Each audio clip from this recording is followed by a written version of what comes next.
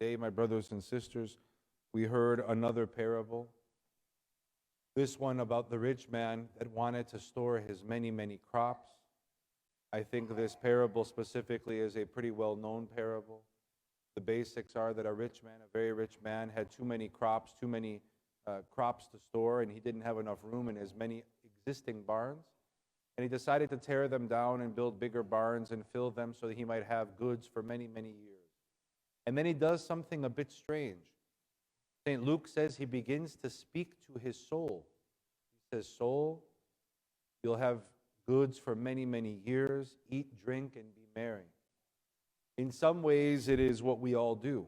Perhaps we don't have store barns, but it is what we do in life in the sense that we are enjoying ourselves, and it's not a bad thing to be happy and to enjoy ourselves, but without focusing enough on our souls.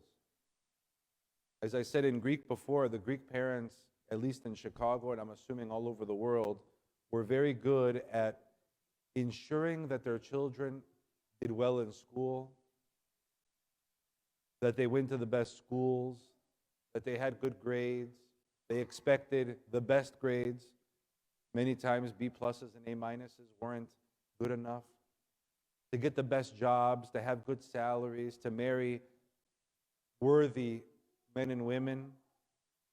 And yet we need to understand that the same focus and the same attention and the same investment needs to be made for our souls. For each one of us will come to the point where, like the parable today, God will demand the soul of the person, meaning death. And it will be a beautiful thing for each of us to reach that point, not having any guilt or regrets.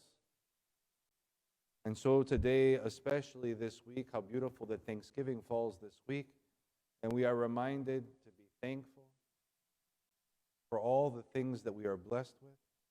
But we are reminded also to invest in our relationships,